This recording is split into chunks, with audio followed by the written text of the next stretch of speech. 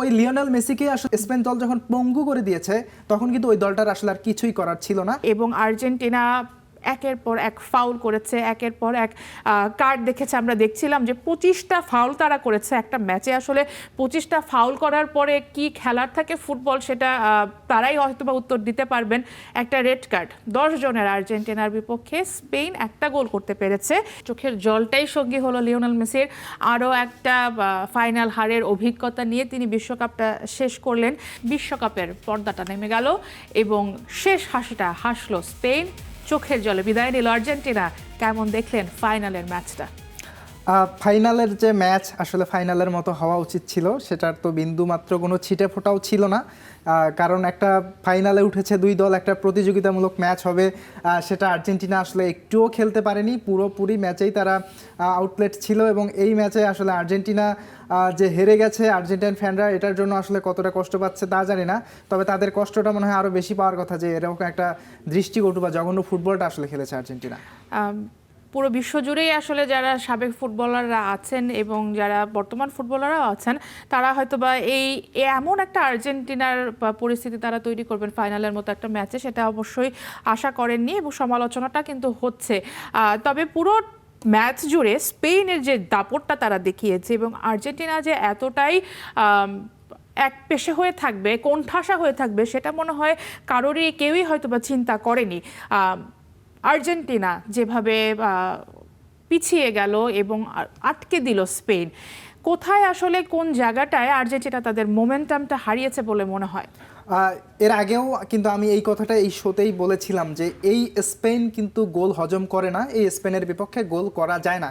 এই স্পেন পুরো বিশ্বকাপ জুড়ে কেবলমাত্র একটা গোল হজম করেছে, সেটাও বেলজিয়ামের বিপক্ষে, কেবলই একটা। অর্থাৎ বোঝাই যাচ্ছে যে তাদের ডিফেন্স বা মিড আসলে কতটা শক্তিশালী।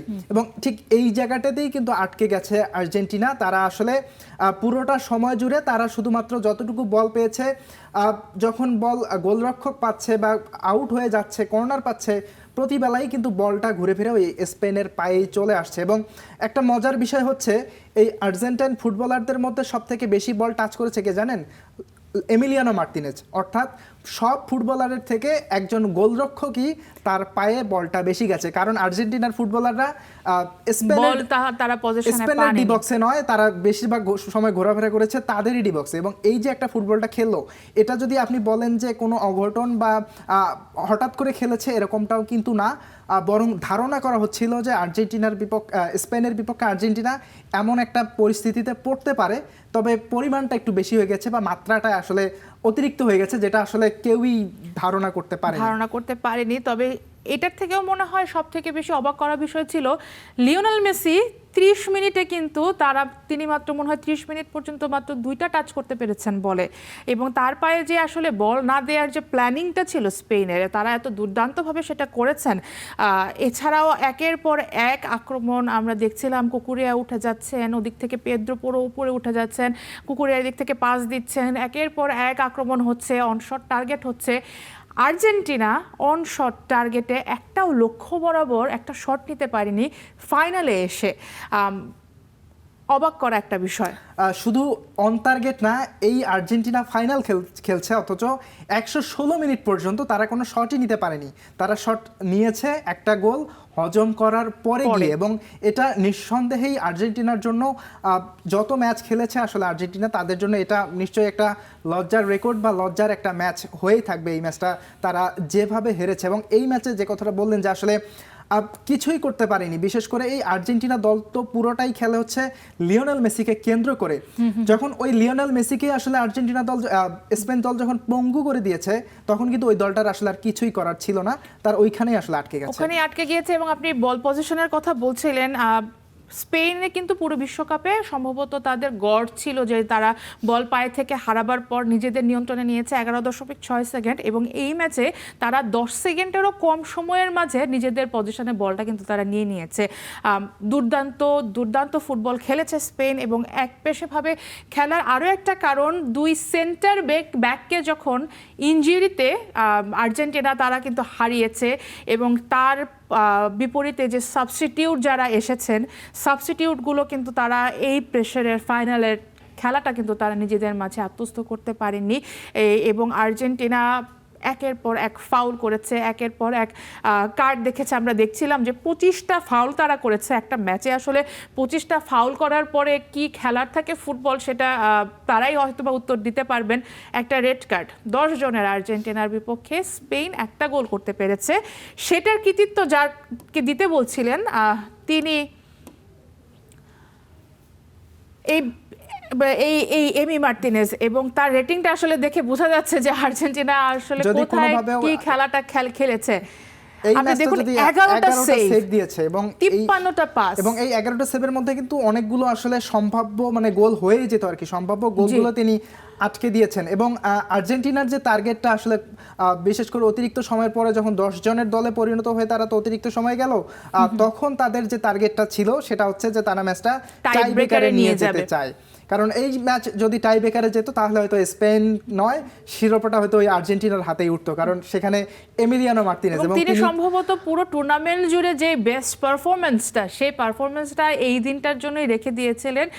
পুরো টুর্নামেন্ট জুড়ে আমরা বারবারই বলছিলাম যে সেই পুরনো এমি মার্টিনেজকে খুঁজে পাওয়া যাচ্ছে না, সেই বাজপাখি কোথাও খুঁজে পাওয়া যাচ্ছে না। আর্জেন্টিনা একের পর এক গোল হজম করছেন। এই ব্যক্তিটা আসলে এই গোল পোস্টের নিচে না থাকলে সম্ভবত আরও একটা 6-1 গোল কিংবা 7 গোল 10 গোল হতেই পারতো। এবং এই যে কথাটা বললেন, আসলে লিওনেল মেসিকে তো আমরা পুরো টুর্নামেন্ট জুড়েই খুঁজে পেয়েছিলাম। যেদিন আসলে এমিলিয়ানো মার্তিনেজ আসলো সেদিন লিওনেল মেসিকে আমরা খুঁজে পেলাম না, যার কারণে কিন্তু আর্জেন্টিনার এই ভরাডুবিটা হলো। নিঃসন্দেহে তাই। তবে স্পেনের যে খেলা, স্পেনকে নিয়ে আসলে কথা না বললেই নয়। ইয়ামাল থেকে শুরু করে ওয়ারজাবাল থেকে শুরু করে যাকে নিয়ে আসলে সব থেকে বেশি কথা বলার রয়েছে তিনি হচ্ছেন গিয়ে রদ্রি। যেভাবে আসলে পুরো দলটাকে তিনি কন্ট্রোল করেন এবং দুর্দান্ত, তিনি নীরব থাকছেন, তিনি দেখছেন, তিনি খেলছেন, পুরো দলের রিদমটা তিনি নিঃসন্দেহে নিয়ন্ত্রণ করছেন। এবং এই মিডফিল্ডার একজন, তিনি আসলে কোনো ধরনের আওয়াজ নেই, পুরো বিশ্বও কিন্তু আসলে তাকে নিয়ে খুব একটা কথা হয় বলে মনে হয় না। তিনি যে পারফরমেন্সটা করেছেন, আমরা যদি একটু দেখি রদ্রির এই ম্যাচের পারফরমেন্সটা, 99 মিনিট তিনি খেলেছেন, 106টা পাস। দুর্দান্ত মিডফিল্ডে থেকে আসলে খেলাটা কিভাবে নিয়ন্ত্রণ হয় তিনি আসলে দেখিয়ে দিয়েছেন। সবথেকে বড় যে শক্তির জায়গাটাই হচ্ছে এই রদ্রি, তিনি মানে বলা যেতে পারে যে পাওয়ার হাউস। তিনি এখান থেকে আসলে যেভাবে পুরো খেলাটা নিয়ন্ত্রণ করেন, আক্রমণে ওঠা কিংবা আক্রমণ ঠেকিয়ে দেওয়া, সবগুলো জায়গাতেই কিন্তু তিনি এই জায়গা থেকেই তার ভূমিকাটা থাকে। 106টা পাস দিয়েছেন, 4টা ট্যাকল করেছেন, এবং বলতে হয় যদি লিওনেল মেসিকে পঙ্গু করে দেওয়ার ক্ষেত্রে কিন্তু বড় একটা অবদান এই রদ্রিরই রয়েছে। মেসির কথা বলছিলেন এবং তিনি আসলে পুরো বিশ্বকাপ জুড়ে যেভাবে খেলেছেন, শেষ হাসিটা আসলে হলো না, চোখের জলটাই সঙ্গী হলো লিওনেল মেসির। আরও একটা ফাইনাল হারের অভিজ্ঞতা নিয়ে তিনি বিশ্বকাপটা শেষ করলেন। মেসি শেষমেশ এই বিশ্বকাপটা তার খালি হাতেই, শূন্য হাতেই ফিরতে হয়েছে। তিনি গোল্ডেন বুটের দৌড়েছিলেন, তিনি বিশ্বকাপ জয়ের দৌড়েছিলেন। তার পারফরমেন্স নিয়ে কি বলবেন? লিওনেল মেসি তো আসলে শুরুতেই যে কথাটা বললাম যে আর্জেন্টিনা দলটা তো খেলেই ওই লিওনেল মেসিকে কেন্দ্র করেই। এই ম্যাচে যখন তিনি কিছু করতে পারলেন না, আর্জেন্টিনাও জয় বঞ্চিত হলো, বিশ্বকাপ বঞ্চিত হলো। লিওনেল মেসিও যে গোল্ডেন বুটের রেসে ছিল, আজকে তাকে 2টা গোল 1টা অ্যাসিস্ট করতে হতো, সেটা তিনি করতে পারেননি, যেটা আসলে স্পেনের বিপক্ষে অনেক কঠিন ছিল ব্যাপারটা। এবং তিনি আসলে কেমন খেলেছেন, 120 মিনিট খেলে কেবল একটা শট, সেটা ওই শেষ সময় গিয়েও আমরি খুব একটা ভালো যে গোলের সুযোগ তৈরি করেছেন সেরকমটা নয়। 34টা মাত্র পাস দিয়েছেন লিওনেল মেসি।